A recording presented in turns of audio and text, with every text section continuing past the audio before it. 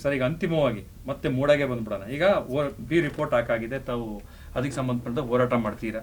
ಎಲ್ಲಿ logical end, ಎಲ್ಲಿಗೆ ತಗೊಂಡೋಗಿ ನಿಲ್ಲಿಸ್ಬೇಕು ಅನ್ನುವಂಥದ್ದು? ಮುಖ್ಯಮಂತ್ರಿಗಳನ್ನ ಜೈಲಿಗೆ ಕಳಿಸ್ಲೇಬೇಕು ಅನ್ನೋಂಥದ್ದು? ಸರ್, ಮುಖ್ಯಮಂತ್ರಿ ಅನ್ನೋ ಪ್ರಶ್ನೆ ಇಲ್ಲ ಸರ್. ನನಗೆ ಆಗಲೇ ಹೇಳಿದಾಗೆ ನಾನೊಬ್ಬ ದೂರದಾರ, ಅವರೊಬ್ಬ ಆರೋಪಿ. ಯಾರು ತಪ್ಪಿತಸ್ಥರು ಮಾಡಿದರೆ, ಅವ್ರು ಸಿದ್ದರಾಮಯ್ಯನೇ ಆಗಿರಲಿ ಮತ್ತೊಬ್ಬರೇ ಆಗಿರಲಿ, ಎಲ್ಲ ತಪ್ಪಿದ ಶಿಕ್ಷೆ ಕೊಡಿಸೋವರೆಗೂ ನಾನು ಹೋರಾಟ ನಿಲ್ಲಿಸಲ್ಲ. ಸೊ ಅವರೆಲ್ಲರೂ ಅಪರಾಧ ಕೃತ್ಯ ಮಾಡಿದ್ದಾರೆ ಅನ್ನೋಕ್ಕೆ ನಾನು ಸಂಪೂರ್ಣ ಸಾಕ್ಷ್ಯಗಳು ನನ್ನ ಹತ್ರ ಇದೆ. ಆ ಸಾಕ್ಷ್ಯಗಳನ್ನು ನ್ಯಾಯಾಲಯಗಳಿಗೆ ಸಲ್ಲಿಸಿ ಅದನ್ನು ಸಾಬೀತುಪಡಿಸಿ ಅವ್ರು ಶಿಕ್ಷೆ ಕೊಡಿಸೋವರೆಗೂ ನನ್ನ ಹೋರಾಟನ ನಿಲ್ಲಿಸಲ್ಲ. ಎಲ್ಲಿ ತನಕ ಹೋಗ್ತೀರಾ? ಸೊ ಎಲ್ಲಿವರೆಗೂ ಆಗಲಿ. ಸೊ ಈ ಒಂದು ಹೋರಾಟದಿಂದ ನನಗೆ ಇನ್ನೂ ಹೆಚ್ಚಿನ ಒಂದು ಬೆಂಬಲ ಸಿಕ್ಕಿದೆ. ಹಿನ್ನಡೆನೇ ಆಗ್ತಾ ಇದೆ ನಿಮಗೆ ಸರ್? ಪ್ರಾರಂಭಿಕದಲ್ಲಿ ಕೆಲವೊಂದು ಹಿನ್ನಡೆ ಆಗಿದೆ ಅಂದ ತಕ್ಷಣ ಅಲ್ಲಲ್ಲ ಸರ್. ಸೊ ಈಗ ಪ್ರಾರಂಭದಲ್ಲೂ ಕೂಡ ಸಿದ್ದರಾಮಯ್ಯರಿಗೂ ಹಿನ್ನಡೆ ಆಗಿದೆ. ಈಗ ಏನು ಅವರು ರಾಜ್ಯಪಾಲರ ಆದೇಶನ ಪ್ರಶ್ನೆ ಮಾಡಿ ಹಾಕಿದ್ರು, ಈಗ ನಮ್ಗೆ ಜಯ ಸಿಕ್ತು. ಮತ್ತು ನನ್ನ ಹಾಕಿದ ಖಾಸಗಿ ದೌರ್ಜನ್ಯ ಆಧರಿಸಿದ ಮೊಕದ್ದಮೆ ದಾಖಲೆಗಳನ್ನು ನ್ಯಾಯಾಲಯ ಆದೇಶ ಮಾಡಿತ್ತು. ಬಟ್ ಒಂದು ಕಾನೂನಾತ್ಮಕ ಒಂದು ಸಣ್ಣ ಒಂದು ಅದನ್ನೇ ಸರ್ ಈಗ ಹೋರಾಟ ಅಂದ ಮೇಲೆ ಏರುಪೇರು ಇದ್ದೇ ಇರ್ತದೆ ಸರ್. ಒಂದು ಯುದ್ಧಕ್ಕೆ ಹೋದಾಗ ಒಂದು ದಿವಸ ಸೋಲು, ಒಂದು ದಿನ ಗೆಲುವು ಇದ್ದೇ ಇರ್ತದೆ. ಎಲ್ಲ ದಿವಸನೂ ಗೆಲುವು ನಮ್ಮದೇ ಇರಲ್ವಲ್ಲ. ಸೊ ಒಟ್ಟಲ್ಲಿ ಅಂತಿಮ ಜಯ ಏನು ಸಿಗುತ್ತೆ ಅನ್ನೋದೇ ಪ್ರಶ್ನೆ. ಅದು ನಾವು ಗಮನಿಸಬೇಕಾಗಿರೋದು. ಸೊ ಯಾವುದೇ ಕಾರಣಕ್ಕೂ ಕೊನೆಗೆ ಒಂದು ಲಾಜಿಕಲ್ ಎಂಡ್ ಕೊಡೋದಕ್ಕೆ ಬಿಡಲ್ಲ. ಖಂಡಿತ. ಅದೇನು ಇದಾಗದಂಗೂ ಅದು ಖಂಡಿತ. ಎಸ್, ತಾವು ಇಷ್ಟೊತ್ತುವರೆಗೆ ನಮ್ಮ ಜೊತೆಗೆ ಕುಳಿತುಕೊಂಡು ಸಾಕಷ್ಟು ಹತ್ತತ್ರ ಒಂದು ಎರಡೂವರೆ ಗಂಟೆ ಮಾತಾಡಿದ್ದೀರಾ. ಸಾಕಷ್ಟು ವಿಚಾರಗಳು ಬಹುಶಃ ಈವರೆಗೂ ಯಾವ ಮಾಧ್ಯಮಗಳು ಕೊಡದಿರೋಂಥ ಒಂದಷ್ಟು ಅಂಶಗಳನ್ನು ತಾವು ಈ ಮೂಲಕ ಹೇಳಿದ್ದೀರಾ.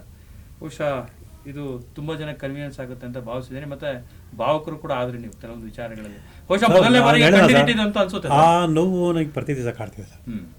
ಆಂಟೋ ಕೊಲೆ ಪ್ರಕರಣ ಇದೆಯಲ್ಲ, ಜೀವನ ಪೂರ್ತಿ ಕಾಡುವಂಥದ್ದು. ಎಷ್ಟು ಅನ್ಯಾಯ. ಅಮಾಯಕರ ತಗೊಂಡೋಗಿ ತಿಂಗಳಗಟ್ಟಲೆ ಜೈಲಿಗೆ ಇಟ್ಬಿಟ್ಟು ನೀವು ಸುಮ್ಮನೆ ಆರಾಮಾಗಿರ್ತಾನೆ, ಏನಿಲ್ಲ ಅಂದ್ರೆ. ಇವತ್ತು ಅದೇ ತನಿಖಾಧಿಕಾರಿ ಬಡ್ತಿ ತೊಗೊಂಡು ನನ್ನ ಮೀಸೆ ತಿರ್ಸ್ಕೊಂಡು ಬರ್ತಾನೆ. ಒಂದು ಆತ್ಮಸಾಕ್ಷಿ ಇಲ್ಲ ಸರ್. ಅದಕ್ಕೆ ಒಬ್ಬ ಮನುಷ್ಯ ಅಂದ್ರೆ ಒಂದು ಆತ್ಮಸಾಕ್ಷಿ ಇರಬೇಕಲ್ಲ ಸರ್. ಅವ್ನು ಕೇಳ್ಕೊಂಬಳ್ಳಿ ಸರ್, ಬರಲಿ ಸರ್ ಎದುರುಗಡೆ ನಾನು ತಪ್ಪು ಮಾಡಿದ್ದೆ ಹೇಳಿ ಸರ್. ಒಂದು ಆತ್ಮಸಾಕ್ಷಿಯಲ್ಲೇ ಬದುಕಂತ ಮನುಷ್ಯ ಅಂತ ಹೇಳ್ತಾರೆ ಸರ್. ನನ್ನ ಪ್ರಕಾರ ಮನುಷ್ಯ ಅಲ್ಲ, ಪ್ರಾಣಿಗೂ ನಿಮ್ಗೆ ಅವ್ರಿಗೂ ಏನು ವ್ಯತ್ಯಾಸ? ಆತ್ಮಸಾಕ್ಷಿನೇ ಬೇಡವಾ? ಕನಿಷ್ಠ ಪಕ್ಷ ಅಂತ ತಪ್ಪು ಮಾಡಿ ಈಗಲ ನಾನು ಇಲಾಖೆಯಲ್ಲಿ ಮುಂದುವರೆದು ಬೇಡ ಅಂತ ಹೇಳಿ ರಾಜನ ಮ್ಯಾಗ ಕೊಟ್ಟಿದ್ದಾರಾದ್ರೆ ಏನು ಹೇಳ್ಬೋದ?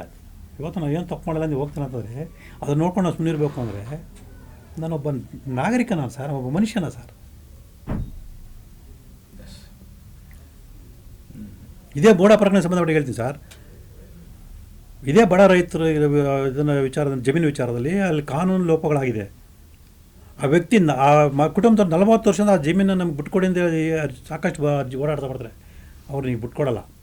ಅದೇ ಸಿದ್ದರಾಮಯ್ಯ ಪ್ರವಾಹನ ಬಳಸ್ಕೊಂಡು ಮೂಡ ಜಮೀನನ್ನೇ ನಮ್ಮ ಜಮೀನದ ಸೃಷ್ಟಿ ಮಾಡ್ಕೊಂಡಿರೋ ಆಸ್ತಿಗೆ ನೀವು ಕೈ ಬಿಡ್ತೀರಾ? ಅದು 4 ಅವ್ರ ಕುಟುಂಬಕ್ಕೆ ಸಂಬಂಧಪಟ್ಟಾಗೆ 4 ಜಮೀನುಗಳನ್ನು ನೀವು ಭೂಸವನ್ನು ಕೈ ಬಿಡ್ತೀರಾ? ಆ ಬಡವರು ರೈತರು ಬಿಡಲ್ಲ ನೀವು ಅಂತಂದ್ರೆ ಏನು ಸರ್ ಸರ್ಕಾರ? ಇದು ಪ್ರಜಾಪ್ರಭುತ್ವ ಸರ್ಕಾರ ಅಂತ ಯಾರು ಹೇಳ್ತಾರೆ? ಪ್ರಜಾಪ್ರಭುತ್ವ ಸರ್ಕಾರ ಅಲ್ಲ, ಅಲ್ಲ ಸರ್. ಸರ್ವಾಧಿಕಾರಿ ಎಲ್ಲಿದೆ ಸರ್ ಪ್ರಜಾಪ್ರಭುತ್ವ ಸರ್ಕಾರ?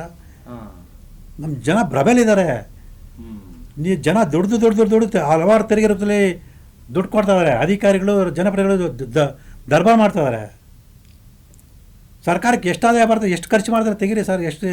ಯಾರಿಗೆ ಎಷ್ಟು ಖರ್ಚು ಮಾಡ್ತಾರೆ, ಎಷ್ಟು ಲೂಟಿ ಮಾಡ್ತಾರೆ ಅಂತೇಳಿ ನಂಗೆ ಅದು ನೋವಾಗ್ತದೆ. ಎಷ್ಟು ರೂಪದಲ್ಲಿ ತೆರಿಗೆ ಕಟ್ತಾರ? ಮನೆ ತೆರಿಗೆ, ನೀರಿನ ತೆರಿಗೆ, ಅದಂತ ಇದಂತ ಅಂತೇಳಿ